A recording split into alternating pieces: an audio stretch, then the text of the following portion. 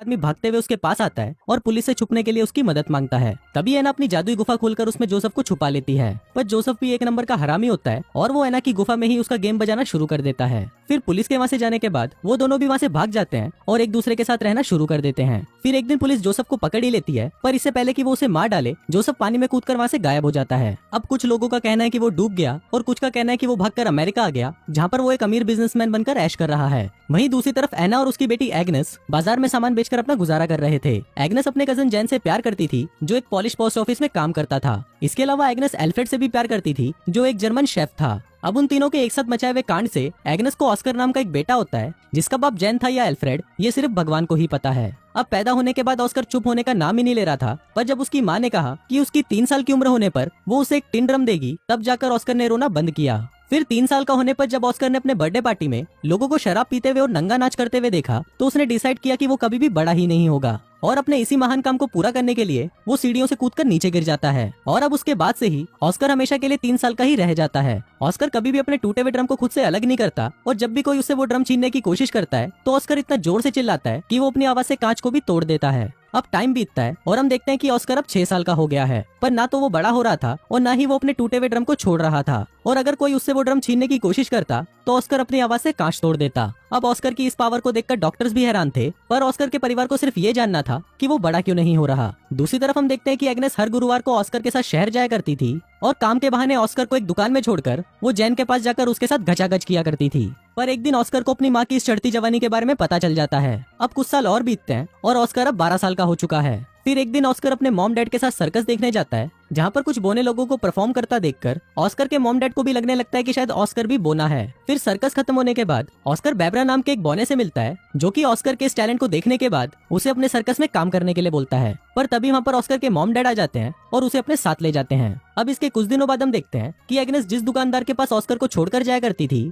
वो दुकानदार एग्नेस से प्यार करने लगा था। वो उसे और ऑस्कर को अपने साथ लंदन चलने के लिए बोलता है, पर तभी एग्नेस उसे मना कर देती है और उसे चूतिया बोलकर वहाँ से चली जाती है। फिर कुछ दिनों बाद एग्नेस को पता चलता है कि वो प्रेग्नेंट है और उसके पेट में जैन का बच्चा है। अब इस बात से एग्नेस काफी परेशान रहने लगती है और परेशानी में वो बहुत सारी मछलियां खाती है, जो खाना उसे बिल्कुल भी पसंद नहीं था। वहीं उसके पति एल्फ्रेड को इस बात से कोई मतलब नहीं था कि जैन के पेट में किसका बच्चा है, वो सिर्फ एग्नेस को खुश देखना चाहता था। पर क्योंकि ऑस्कर के पैदा होने के बाद एग्नेस को कभी भी खुशी नहीं मिली, इसलिए वो उस बच्चे को जन्म नहीं देना चाहती थी और ज्यादा मछलियां खाने के बाद फूड पॉइजनिंग की वजह से उसकी डेथ हो गई। अब इसके कुछ सालों बाद हम ऑस्कर को देखते हैं, जो अपना ड्रम ठीक कराने के लिए जैन को एक पॉलिश पोस्ट ऑफिस में लेकर जाता है। ये वो दौर चल रहा था जब जर्मनी पूरे पोलैंड पर हमला करके उसे अपने कब्जे में करने की कोशिश कर रहा था। वहीं पोस्ट ऑफिस में भी पॉलिश लोग जर्मनियों पर हमला करने की तैयारी कर रहे थे, पर तभी अचानक जर्मन उन पर हमला कर देते हैं और इस हमले में बाकी लोगों के साथ साथ जैन भी मारा जाता है। पर ऑस्कर किसी तरह बच जाता है और वहाँ से भाग जाता है। अब इसके कुछ दिनों बाद हम देखते हैं कि एल्फ्रेड 16 साल की मारिया नाम की एक लड़की को अपनी दुकान पर काम करने के लिए रखता है।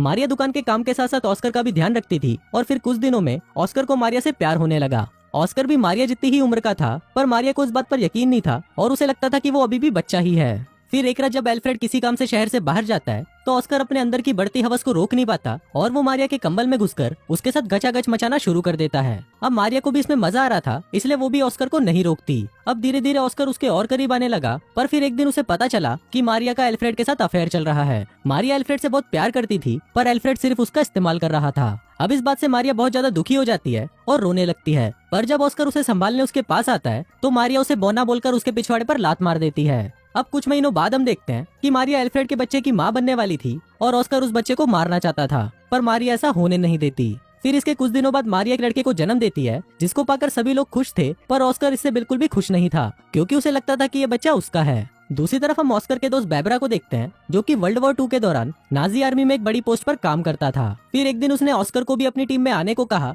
जो कि पेरिस में एक परफॉर्मेंस करने वाले हैं। अब ऑस्कर उनके साथ मिलकर सभी को अपना टैलेंट दिखाने लगता है और इसके साथ उसे अपनी टीम की एक लड़की रोजविता से भी प्यार हो जाता है। अब टाइम बीतता है और हम देखते हैं कि ऑस्कर अपने बौने दोस्तों के साथ खुश था और वो अपनी जिंदगी अपने हिसाब से जी रहा था, जैसे कि खाना पीना और घचाघच करना।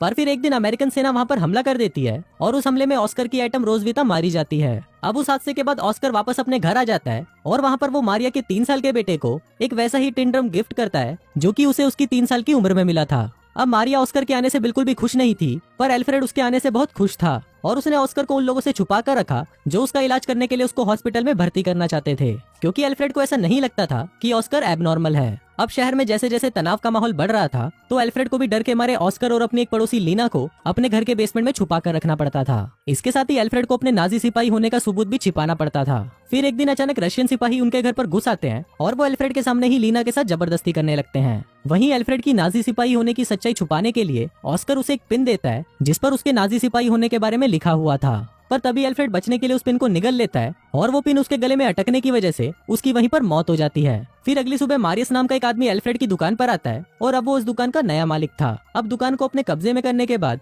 मारियस एल्फ्रेड का फ्यूनरल कर देता है क्योंकि उसने भी रिसेंटली अपनी पत्नी और बच्चों को खोया था और वो अपनों को खोने का दर्द अच्छे से समझता था। वहीं एल्फ्रेड के फ्यूनरल पर ऑस्कर को भी समझ आ जाता है कि अब उसका इस दुनिया में और कोई नहीं है, इसलिए ऑस्कर अब डिसाइड करता है कि अब वो फिर से बड़ा होगा। फिर ऑस्कर अपने ड्रम को भी एल्फ्रेड के साथ ही दफना देता है, पर तभी कहीं से एक पत्थर आकर ऑस्कर के सर पर लगता है और वो वहीं पर बेहोश हो जाता है। फिर वहाँ मौजूद एक आदमी बताता है कि ऑस्कर अब बड़ा होने लगा है। फिल्म के लास्ट सीन में हम देखते हैं कि एना को छोड़कर सभी लोग उस शहर को छोड़कर चले जाते हैं, जहाँ ऑस्कर को अब पता चलता है कि उसकी चिल्लाने की शक्ति भी जा चुकी है। लास्ट में एना वहीं पर ही रह जाती है जहाँ से इस कहानी की शुरुआत हुई थी और इसी के साथ ही ये फिल्म यहीं खत्म हो जाती है।